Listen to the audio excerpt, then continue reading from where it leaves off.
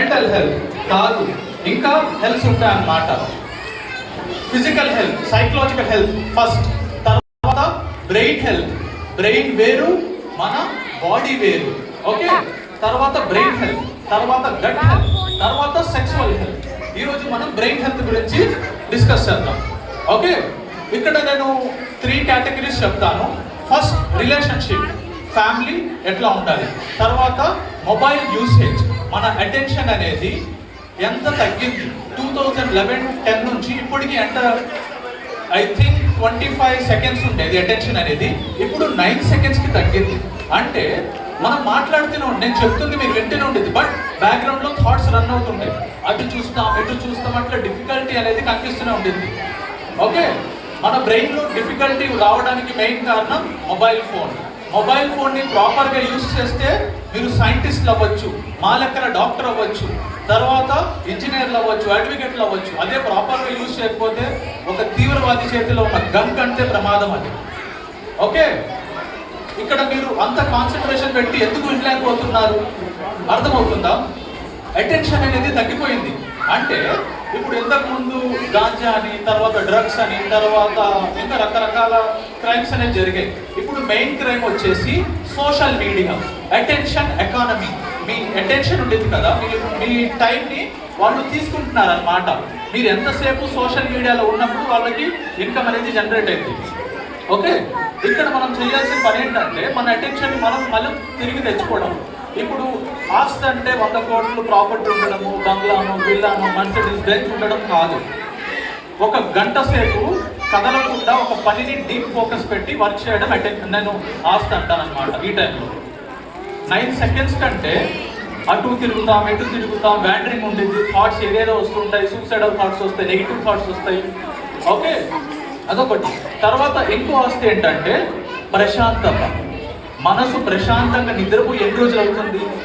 10 o'clockకి నిద్రపోయి మార్నింగ్ 4 కల్లా లేగడం healthy. Okay, 1 అయింది, 2 అయింది, మనతో పాటు పిల్లలు కూడా 1 వరకు 2 వరకు మెలుగుతూనే ఉంటారు. ఇందాక మేడం చెప్పారు, పిల్లల్ని స్కూల్కి లేట్గా తీసుకుని వస్తున్నారు, కొద్దిగా టైం పంక్చువాలిటీ మెయింటైన్ చేయండి.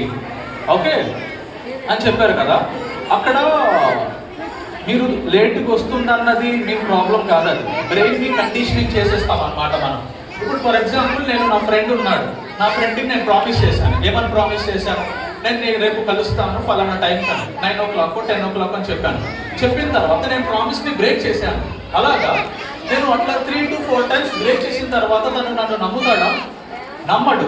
అలాగే మన బ్రెయిన్ కూడా ఈరోజు నేను 7 o'clockకి లెగాలి అని మనం ఏం చేస్తాం, అలారం మోగంగానే స్నూజ్ చేసి ఒక 10 నిమిషాలు, ఇంకో 5 నిమిషాలు అని చెప్పి 8:30 వరకు అయిపోయింది. దాని తర్వాత హడావిడిగా రెడీ చేసేసి సరిగ్గా బ్రేక్ఫాస్ట్ అనేది ప్రాపర్గా తీసుకొచ్చి వదిలేస్తాం. అప్పుడు లేట్ అయింది. ఎప్పుడైతే మన బ్రెయిన్ని మనం కమిట్మెంట్ చేయాలి, ఇప్పుడు మనం ఎప్పుడైతే ఒకసారి ప్రామిస్ చేస్తాం కదా, ప్రామిస్ చేసినప్పుడు మన బ్రెయిన్కి మనం ఆ కమిట్మెంట్ని ఫుల్ఫిల్ చేయాలి. ఇప్పుడు నేను మార్నింగ్ 7కి లెగుస్తానంటే 7కి అవసరం, 4:10 to 8కి లెగండి. దాని తర్వాత నిదానంగా తీసుకుంటండి. అప్పుడు మీ బ్రెయిన్ అనేది ఆటోమేటిక్ అలవాటు అయిపోయింది. మీ బ్రెయిన్కి ఇచ్చిన ప్రామిస్, అంటే వేరే వాళ్ళకి ఇచ్చిన ప్రామిస్ నిలబెట్టుకోకపోయినా అది అంత ఇంపాక్ట్ చూపించదు, కానీ మనతో మనం చేసిన ప్రామిస్ మాత్రం ఖచ్చితంగా మనం కంప్లీట్ ఫుల్ఫిల్ చేయాలి. ఒకటి. ఇంకొకటి సే నో. ఇది మ్యాక్సిమం సైకాలజిస్టులు ఏం చెప్తారంటే, ఎవరైనా మనం వర్క్ చేసేటప్పుడు సే నో అని చెప్పాలి, మన వర్క్ టైం కిల్ అవ్వకూడదని చెప్పుకుంటాం. అన్నిటికంటే ముఖ్యం ఏంటంటే say no to our self.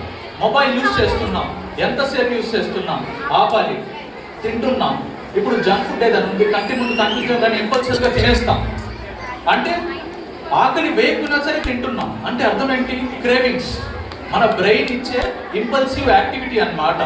Impulsive activity అంటే మన పర్మిషన్ లేకుండా మనం చేసేయడం.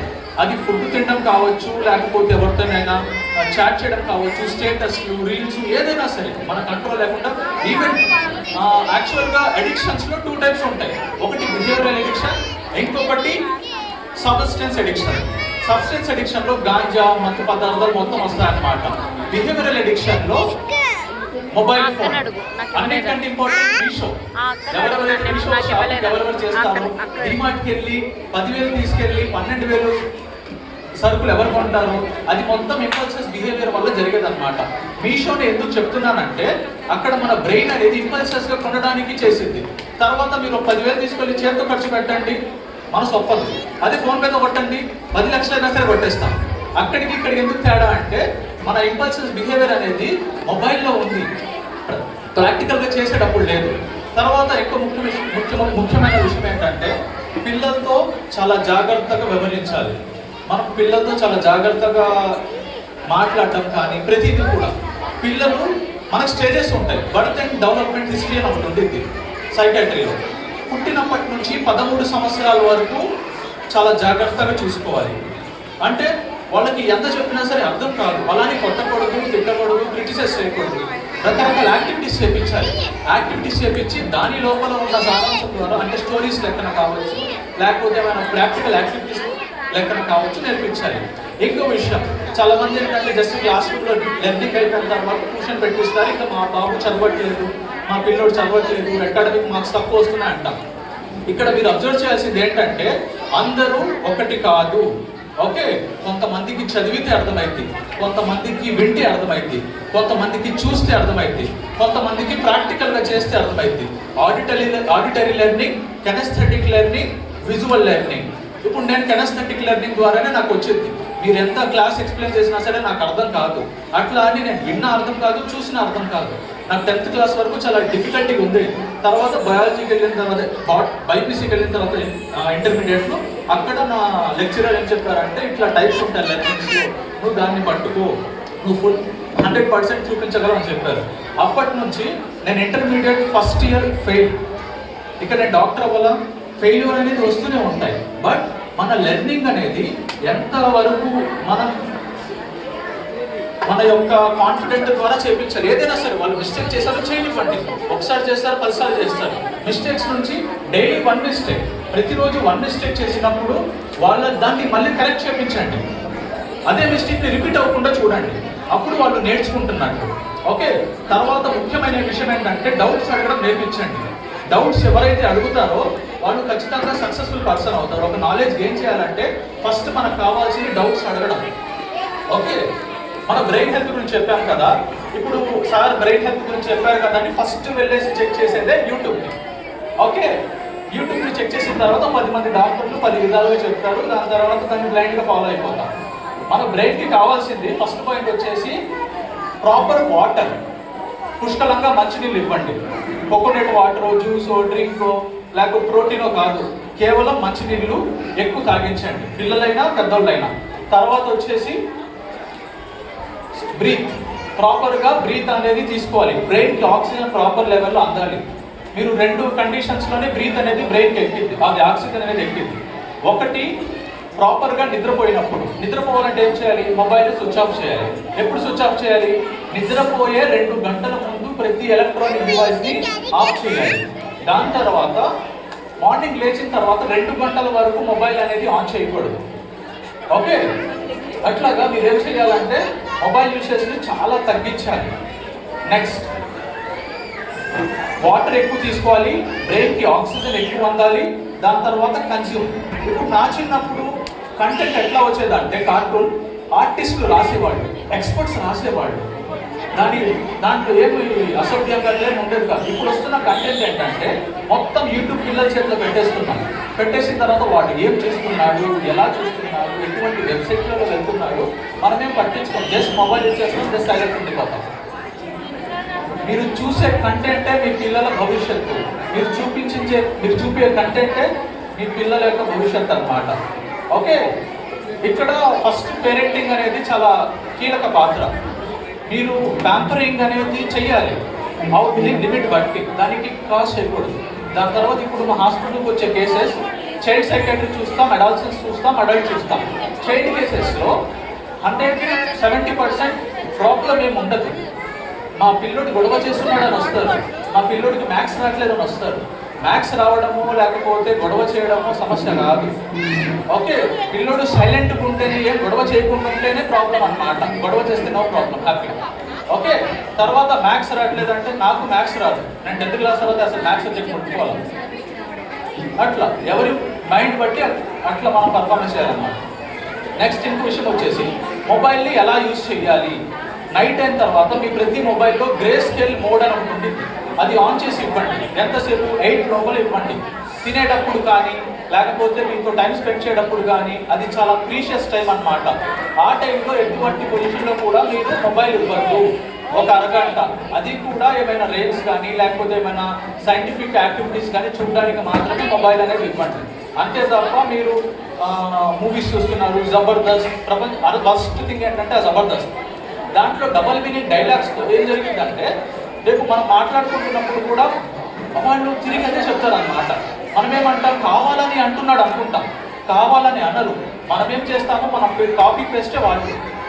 ఓకే, ఫస్ట్ నేను నా లైఫ్లో నేను సక్సెస్ఫుల్ అవ్వడానికి ముఖ్యమైన కారణం గురువులు, టీచర్స్ మీద రెస్పెక్ట్ అనేది నేర్పించండి.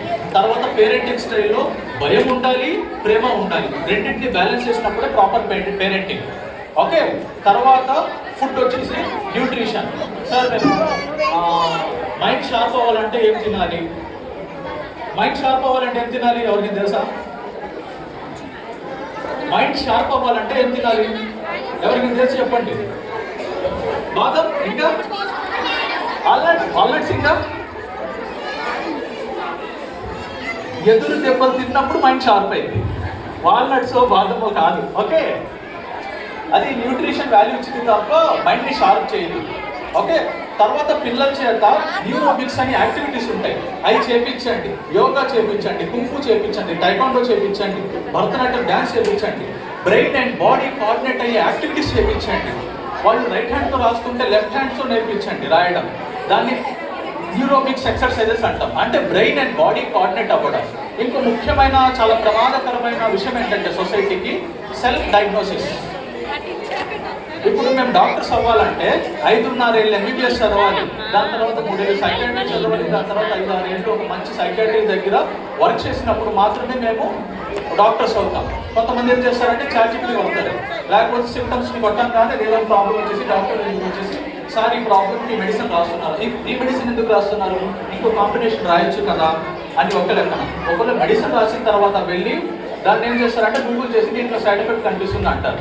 సైడ్ ఎఫెక్ట్ అనేది ప్రతి మెడిసిన్లో, ప్రతి స్ట్రీమ్లో, ఈవెన్ మనం మంచినీళ్ళు 4 లీటర్ల కంటే ఎక్కువ తాగితే కిడ్నీ అనేది డ్యామేజ్ అవ్వడానికి అవకాశం ఉంటుంది. 6 లీటర్లు 7 లీటర్లు అట్లా తాగితే కిడ్నీ డ్యామేజ్ అయింది. ఫుడ్ ప్రాపర్ లిమిట్ కంటే ఎక్కువ తీసుకున్నా, సాత్విక ఆహారమే వెజిటేరియన్ ప్రాపర్ ఫుడ్ లిమిట్ కంటే ఎక్కువ తీసుకుంటే ఏమైందంటే యాసిడ్ రిఫ్లెక్స్ స్టార్ట్ అయింది, గ్యాస్ట్రిక్ ఇష్యూస్ వస్తాయి, అరక్క. ఓకే, ఈరోజు ఈ సెషన్లో నేను మీకు ఇచ్చే 3 ఆస్పెక్ట్స్ ఏంటంటే ఫస్ట్ మీ పిల్లలు కావచ్చు, మీరు కావచ్చు, ప్రాపర్గా మొబైల్ యూస్ చేయడం నేర్చుకోండి. మొబైల్ యూస్ చేయడం నేర్చుకోవడం అంటే ఎట్లా? నిద్రపోయే ముందు 2 అవర్స్ మొబైల్ని ఆఫ్ చేయాలి. మార్నింగ్ లేచిన వెంటనే 2 అవర్స్ వరకు ఆన్ చేయకూడదు. తర్వాత ఎటువంటి డేటా చూస్తున్నారో అబ్జర్వ్ చేయండి, ఇదొకటి. తర్వాత ప్రాపర్గా మంచినీళ్ళు ఇవ్వండి, ప్రాపర్ న్యూట్రిషన్ పెట్టండి. నెక్స్ట్ ఫిజికల్ ఎక్సర్సైజెస్, ఇది ఖచ్చితం. మీరు వర్క్లో చేస్తున్నప్పుడు కూడా మీరు సడన్గా ఇప్పుడు 10కి వెళ్తారు, 11కి వెళ్తారు, వర్క్ ఆఫీస్కి వెళ్ళిన తర్వాత 2 అవర్స్ అయిన తర్వాత బాడీ టైర్డ్గా, ఇరిటేట్గా, ఫ్రస్ట్రేట్గా ఉంటుంది. అది ఎప్పుడు ఈవినింగ్ అనిపించాల్సింది మార్నింగ్ అనిపించింది. ఎందుకు అనిపిస్తుంది అట్లా? ఎందుకంటే మనకు నైట్ నిద్ర ప్రాపర్గా లేదు కాబట్టి. మధ్యలో ఒక 1/2 అవర్ న్యాప్ తీసుకోండి. మధ్యాహ్నం భోజనం చేసిన తర్వాత ఒక 1/2 అవర్ to 10 minutes న్యాప్ తీసుకోండి. తర్వాత ప్రాపర్గా మధ్యలో లేచినప్పుడు ప్రతి సెషన్ ప్రతి 1 అవర్ 2 అవర్స్లో బాడీని స్ట్రెచ్ చేయండి. బాడీని స్ట్రెచ్ చేస్తే ఎండార్ఫిన్స్ అని కొన్ని న్యూరో ట్రాన్స్మిటర్స్ మన బ్రెయిన్కి అందుతాయి అన్నమాట, బ్రెయిన్ అండ్ బాడీకి. ఓకే, వీలైనంత వరకు మీరు మంచి న్యూట్రిషన్ తీసుకోండి. ఏదైనా సరే ఎక్స్పర్ట్స్ని అడగండి. ఓకే, ఈ అవకాశం ఇచ్చిన ప్రిన్సిపల్ మేడంకి, కరెస్పాండెంట్ మేడంకి అండ్ మేరీ మేడంకి థ్యాంక్ యూ వెరీ మచ్.